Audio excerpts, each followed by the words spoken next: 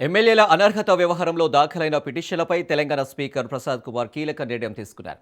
5గురు ఎమ్మెల్యేల అనర్హత పిటిషన్లను స్పీకర్ కొట్టివేశారు. అనర్హత వేటుకు తగిన ఆధారాలు లేవని స్పీకర్ తెలిపారు. ఎమ్మెల్యేలు తెల్ల వెంకట్రావు, బండ్ల కృష్ణమోహన్ రెడ్డి, గూడెం మహిపాల్ రెడ్డి, ప్రకాష్ గౌడ్, అరికెపూడి గాంధీ పార్టీ మారినట్లు బీఆర్ఎస్ ఆధారాలు చూపలేకపోయారని స్పీకర్ స్పష్టం చేశారు.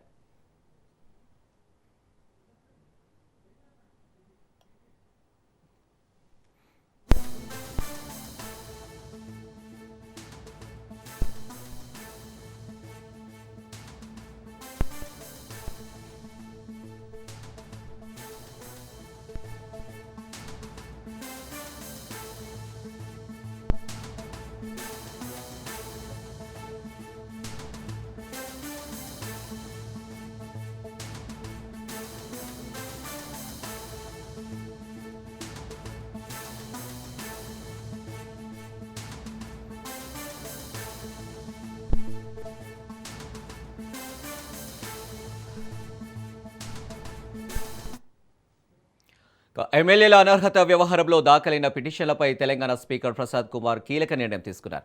5గురు ఎమ్మెల్యేల అనర్హత పిటిషన్లను స్పీకర్ కొట్టివేశారు. అనర్హత వేటుకు తగిన ఆధారాలు లేవని స్పీకర్ తెలిపారు. ఎమ్మెల్యేలు తెల్ల వెంకట్రావు, బండ్ల కృష్ణమోహన్ రెడ్డి, గూడెం మహిపాల్ రెడ్డి, ప్రకాష్ గౌడ్, అరికెపూడి గాంధీ పార్టీ మారినట్లు బీఆర్ఎస్ ఆధారాలు చూపలేకపోయారని స్పీకర్ స్పష్టం చేశారు.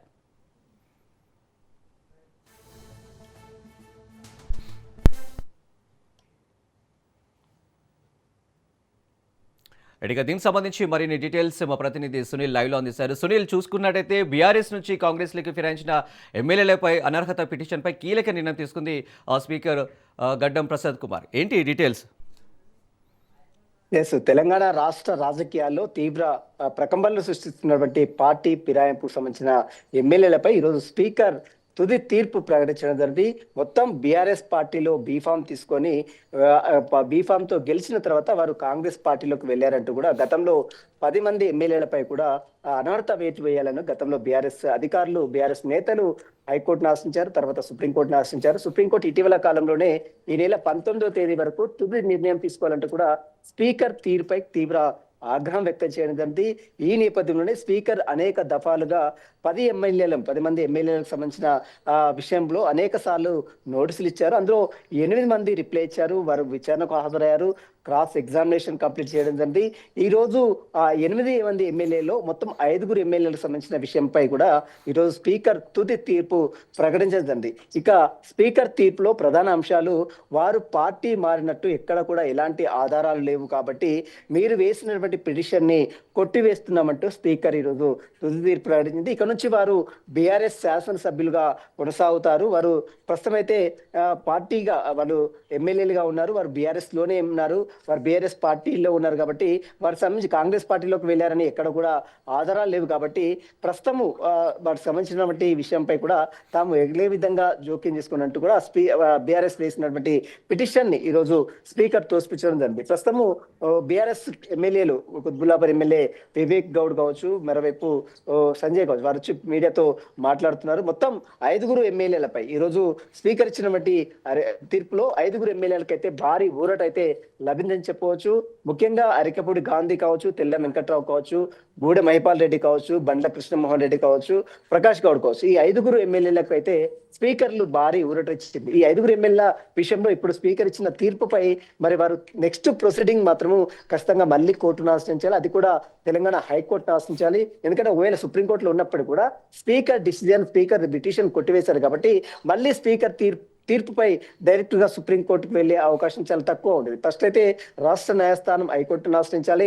హైకోర్టులో పిటిషన్ దాఖలు చేసిన తర్వాత మరి దీంట్లో హైకోర్టు సుదీర్ఘ విచారణ తర్వాత మరి ఏ విధమైన తీర్పు ఇస్తుందని మాత్రం ఇంకా చూడాల్సింది. ప్రస్తుతం అయితే కేవలం 5గురు ఎమ్మెల్యేలు మాత్రమే ఈ రోజు స్పీకర్ నిర్ణయించాడు. మరొక 3 ఎమ్మెల్యే విచారణకు సంబంధించి విషయంపై రేపు స్పీకర్ తుది తీర్పు కూడా ప్రకటించే అవకాశం ఉంది. ఇందులో కాళే యాదయ్య కావచ్చు, పోచారం శ్రీనివాస్ రెడ్డి కావచ్చు, సంజయ్ కావచ్చు, ఈ 3 ఎమ్మెల్యేలకు సంబంధించిన విషయంపై రేపు స్పీకర్ తుది తీర్పు కూడా ప్రకటించే అవకాశం ఉంది. ఈ రోజు ఇచ్చిన తీర్పు బేస్ చేసుకుని రేపు కూడా సేమ్ తీర్పు వచ్చే అవకాశం ఉందంటూ కూడా నేతలు భావిస్తున్నారు. రాష్ట్ర రాజకీయాల్లోనే తీవ్ర చర్చనీయాంశంగా మారింది. ఎందుకంటే పార్టీ ఫిరాయించినటువంటి ఎమ్మెల్యేపై పార్టీ ఫిరాయింపుల చట్టం ఏదైతే ఉందో దానికి సంబంధించిన విషయంపై ఖచ్చితంగా న్యాయ పోరాటం చేస్తామని పదే బీఆర్ఎస్ నేతలు, బీఆర్ఎస్ వర్కింగ్ ప్రెసిడెంట్ కేటీఆర్ సైతము ఆ, చెప్తున్న నేపథ్యంలో ఇప్పుడు స్పీకర్ తమ దగ్గర ఎలాంటి ఆధారాలు లేవు, తాము అసలు పార్టీలో మారలేదు, ఇక్కడ 3 రంగుల జెండా మాత్రమే తాము కప్పుకున్నాము, అభివృద్ధిలో భాగంగానే ముఖ్యమంత్రి రేవంత్ రెడ్డిని కలిసాం, కానీ ఎక్కడ కూడా తాము పార్టీలో జాయిన్ కాలేదని ఒకవైపు ఎమ్మెల్యేలు చెప్పిన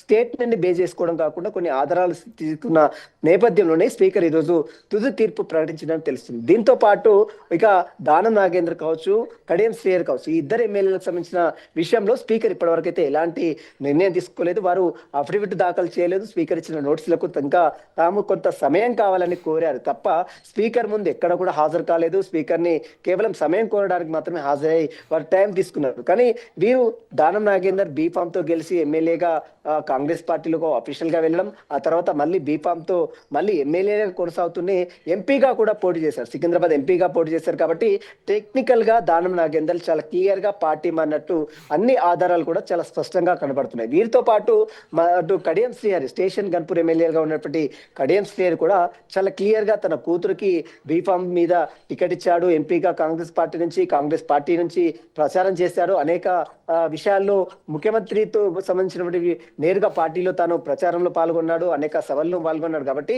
వాటికి సంబంధించిన వీడియోస్ క్లిప్పింగ్స్ అన్ని కూడా స్పీకర్ సమర్పించిన దృశ్యాలు మనం గతంలో చూసాం. కానీ వీరిద్దరి విషయంలో మాత్రం స్పీకర్ అయితే ఎలాంటి నిర్ణయం తీసుకోలేదు. కేవలం ఇప్పుడు 5 ఎమ్మెల్యేలు మాత్రమే స్పీకర్ నిర్ణయం తీసుకున్నారు. రేపు 3 ఎమ్మెల్యేలు కాళేయాదయ్య కావచ్చు, పోచారం శ్రీనివాసరెడ్డి కావచ్చు, మరోవైపు సంజయ్ కావచ్చు, ఈ 3 ఎమ్మెల్యేలకు సంబంధించిన విషయంపై కూడా స్పీకర్ తుది నిర్ణయం కూడా తీసుకునే అవకాశం ఉంది. అయితే స్పీకర్ ఇచ్చిన తీర్పుపై మాత్రం బీఆర్ఎస్ నేతలు తీవ్ర ఆగ్రహం వ్యక్తం చేస్తున్నారు. ఒక కాన్స్టిట్యూషనల్ బాడీగా ఒక హోదాలో ఉన్నటువంటి స్పీకర్ అన్ని ఆధారాలు ఇచ్చిన తర్వాత ఏ రకంగా దీన్ని స్పీకర్ ఆధారాలు లేవని కొట్టిపడేస్తారు?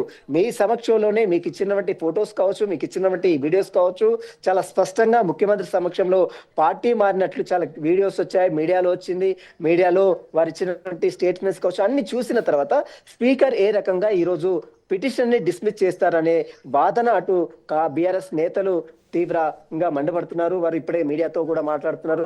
అసెంబ్లీ వేదికగా బీఆర్ఎస్ కుత్బుల్లా ఎమ్మెల్యే వివేక్ గౌడ్ కావచ్చు, అదేవిధంగా సంజయ్ కావచ్చు, వారైతే మీడియాతో మాట్లాడుతున్నారు. ఒకటే చెప్తున్నారు వాళ్ళు, ఇదంతా కూడా రాజకీయ కక్ష సాధించు, రాజకీయంగా వారిని ఎదుర్కోలేకనే ఈ రకంగా పిటిషన్ ని కావాలనే తోసిపుచ్చిందనే వాదన అటు మరోవైపు బీఆర్ఎస్ నేతలు చెప్తున్నారు. ఏది మరి చూడాలి. ఇప్పటికే రాష్ట్ర న్యాయస్థానం ఆశ్రయిస్తాం, ఖచ్చితంగా దీనిపై న్యాయ పోరాటం చేస్తాం, అయితే అవసరమైతే మళ్ళీ దేశ సర్వోన్నత న్యాయస్థానం సైతము ఆశ్రయిస్తామని చెప్తున్నటువంటి బీఆర్ఎస్ నేతలు ఇప్పుడు స్పీకర్ ఇచ్చినటువంటి తీర్పుపై ఏ రకంగా ముందుకు వెళ్తారనేది కూడా రాష్ట్ర వ్యాప్తంగా తీవ్ర చర్చనీయాంశంగా మారింది. ఈ రోజు కేవలం 5 ఎమ్మెల్యేలు, పార్టీ ఫిరాయించినటువంటి 5 ఎమ్మెల్యేలపై మాత్రమే స్పీకర్ తుది తీర్పు ప్రకటించారు. కాబట్టి రేపు మరొకసారి 3 ఎమ్మెల్యేలకు సంబంధించిన విషయంపై కూడా సేమ్ తీర్పు, అంటే ఈ రోజు ఏ విధంగా స్పీకర్ తీర్పు ఇచ్చాడో అదే తీర్పు కూడా రేపు రిపీట్ అయ్యే అవకాశం ఉన్నట్టు కూడా రాజకీయ వర్గాలు చెప్తున్నాయి. మరి చూడాలి రేపు స్పీకర్ నిర్ణయం కావచ్చు, ఈ రోజు ఇచ్చినటువంటి తీర్పు బేస్ చేసుకొని మరి రేపు హైకోర్టుని ఆశ్రయిస్తారా, సుప్రీంకోర్టుని ఆశ్రయిస్తారా అనేది కూడా చూడాల్సింది చెప్పవచ్చు. Right Sunil, thank you.